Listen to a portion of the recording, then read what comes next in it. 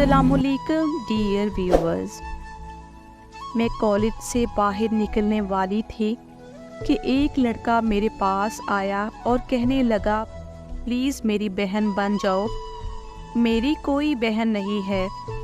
उसके बार बार इसरार करने पर मैंने कहा, ठीक है, आज से तुम मेरे भाई हो। वो मेरे ही डिपार्टमेंट में पढ़ता था, बज़ाहिर शरीफ लगता था, मेरी बहुत इज़्ज़त करता था और मैं भी उसकी दिल से इज़्ज़त करती थी। 3 महीने बहुत अच्छे गुज़रे, फिर कॉलेज से छुट्टियां हो गई। कभी कभार वो मुझे मैसेज करता और पूछता, बहन कैसी हो। मैं जवाब दे देती। एक दिन उसने मुझसे कहा कि अपनी तस्वीर भेजो। मैं हैरान हुई और पूछा, आप क्यों मांग रहे हो। वो कहने लगा, बहुत दिन से आपको नहीं देखा, वैसे भी आप मेरी बहन ही तो हो। भाई समझकर मैंने उसे 2 तस्वीरें भेज दी। 5 दिन तक उसका कोई मैसेज नहीं आया। मैंने खुद मैसेज करके पूछा, भाई खैरियत है, आप ठीक हैं।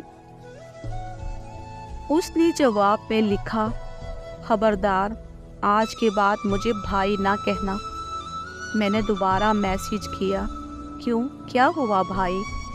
उसने फिर कहा, मैं तुम्हारा भाई नहीं हूँ। जब से तस्वीर देखी है मैं तुमसे प्यार करने लगा हूँ।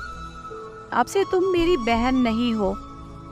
मैंने पूछा, भाई आप मजाक तो नहीं कर रहे। वो कहने लगा, कितनी बार कहा मुझे भाई ना बोलो। मैंने गुस्से में कहा, आइंदा मैसेज ना करना। अगले दिन उसने मुझे एक तस्वीर भेजी जिसमें मेरी तस्वीर को एडिट करके एक नामुनासिब हालत में दिखाया गया था। ये देखकर मैं सुन्न हो गई। समझ नहीं आ रहा था कि क्या करूं, किसको बताऊं। इतने में उसने मुझे कॉल की और कहा, वीडियो कॉल पर आओ। मैंने इनकार कर दिया तो वो कहने लगा, फेसबुक की फलां आईडी को खोलो। मैंने कॉल काट कर आईडी खोली तो दिल दहल गया। वहाँ उसने मेरी वही एडिट की गई तस्वीर प्रोफाइल में लगाई हुई थी।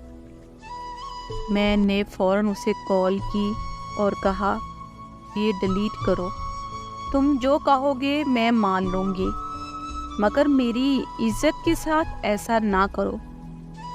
उसने मेरी तस्वीर डिलीट की और वीडियो कॉल की।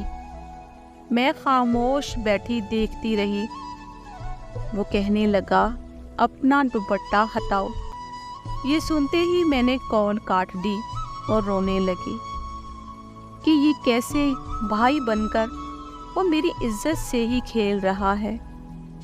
वो मुझे मैसेज पर धमकियां दे रहा था कि अगर मेरी बात ना मानी तो मैं तुम्हारा ऐसा हाल करूँगा कि तुम किसी को मुंह दिखाने के लायक नहीं रहोगी।